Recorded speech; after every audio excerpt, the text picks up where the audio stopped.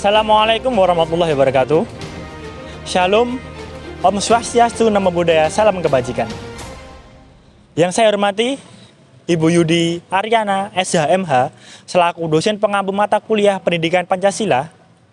Dan yang saya hormati juga para penonton yang sudah menyaksikan video ini. Perkenalkan, saya Arfani Surogumbito, mahasiswa program studi Pendidikan Pancasila dan Kewarganegaraan, Fakultas Keguruan dan Ilmu Pendidikan, Universitas 11 Maret. Di sini saya akan menjelaskan mengenai etika berkendara yang ditinjau dari etika Pancasila, dan di sini saya juga akan menjelaskan hal-hal yang mengenai etika dalam berkendara yang ada di jalan raya. Nah, oleh karena itu, mari simak penjelasannya. Pada video ini, saya akan membahas mengenai etika berlalu lintas ditinjau dari etika Pancasila. Sebelum itu, kita harus mengetahui terlebih dahulu apa pengertian dari etika Pancasila itu sendiri.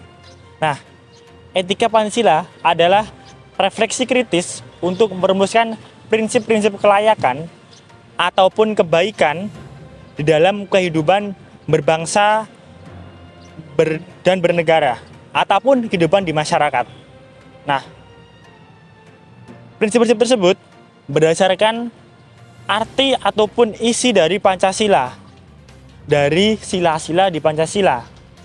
Nah, sila-sila tersebut tentunya termaktub dalam prinsip berketuhanan, berkemanusiaan, berpersatuan, berkerakyatan, dan berkeadilan. Nah, hal tersebut sudah dirumuskan dalam Undang-Undang Negara Republik Indonesia tahun 1945.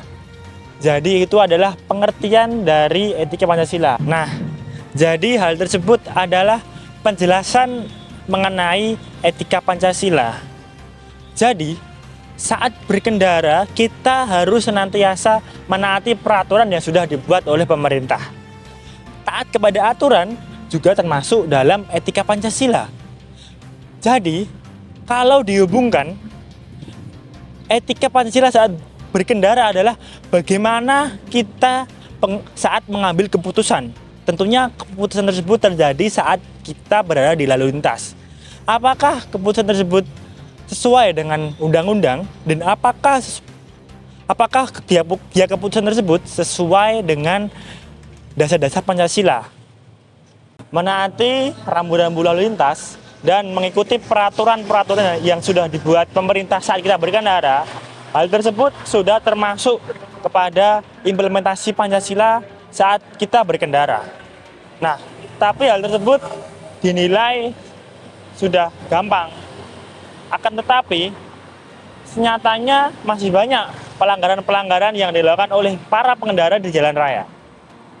Tidak hanya menaati peraturan saja, tapi menghormati pengguna jalan yang lain juga termasuk implementasi Pancasila saat kita berkendara.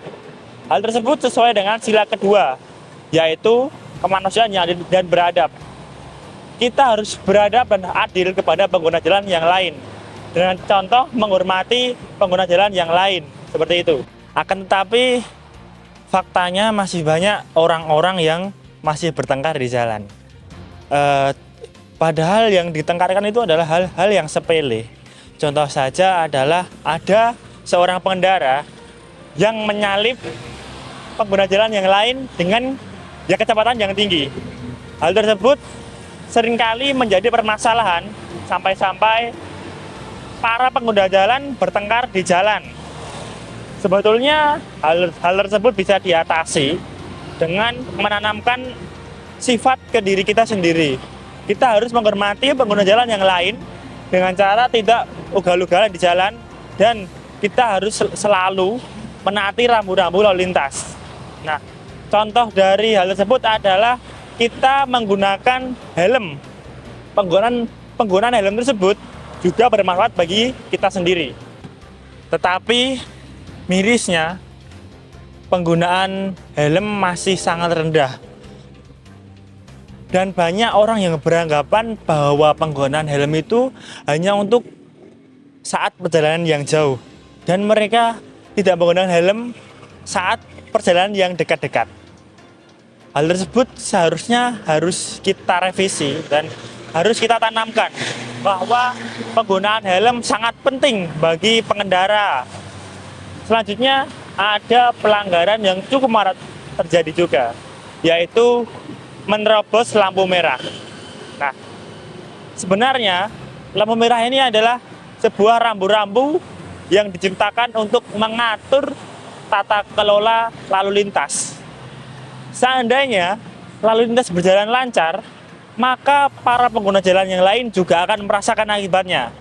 Lalu lintas akan menjadi lancar dan perjalanan ke suatu tempat juga akan tercapai sesuai estimasi waktu. Nah, di sini saya ingin menghimbau kepada seluruh pengguna jalan bahwasanya kita harus menjadi pengguna jalan yang baik yang berlandaskan dengan Pancasila.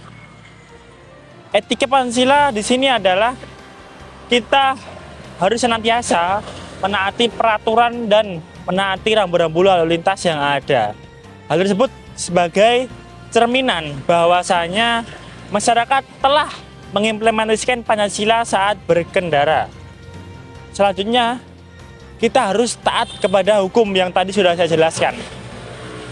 Ketaatan pada hukum adalah bukti bahwasanya Pancasila sudah benar-benar diterapkan saat kita berkendara.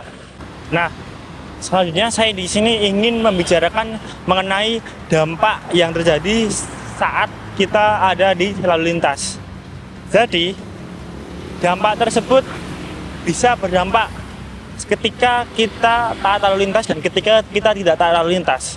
Ketika kita taat lalu lintas, maka otomatis kita akan berdampak baik kepada pengguna jalan lain dan berdampak baik juga bagi kelancaran lalu lintas yang ada di jalan.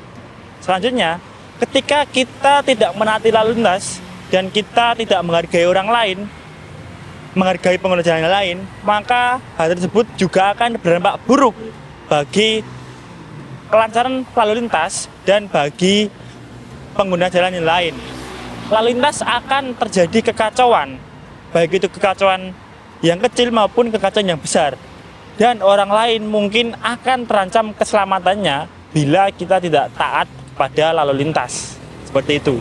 Setelah tadi sudah membicarakan mengenai peraturan-peraturan yang harus ditaati, tentunya kalau ada peraturan, mungkin akan ada sanksi bagi pelanggar.